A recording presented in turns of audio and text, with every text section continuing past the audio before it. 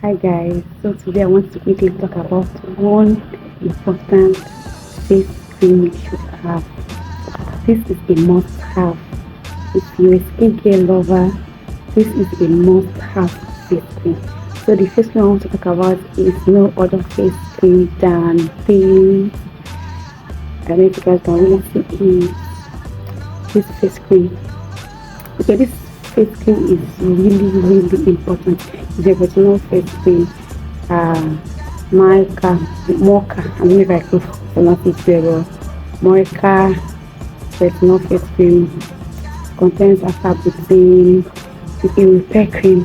It's a repair cream. Okay, they said it's very efficient to reduce fine line and wrinkles, smoothing rough skin and improve skin texture, anti-aging, lightening pores, and whatnot. A lot of things. And why I want to really talk about this face cream is that we all know the importance of retinol. Okay, you know the importance of retinol. You know what retinol does. We tend to focus this so you guys can see it. You know what retinol does and all of that. Okay, so this face cream is a must use. I'll be putting the uses and how to use it and the importance down on the description box below. So please do well to read and share your thoughts on this.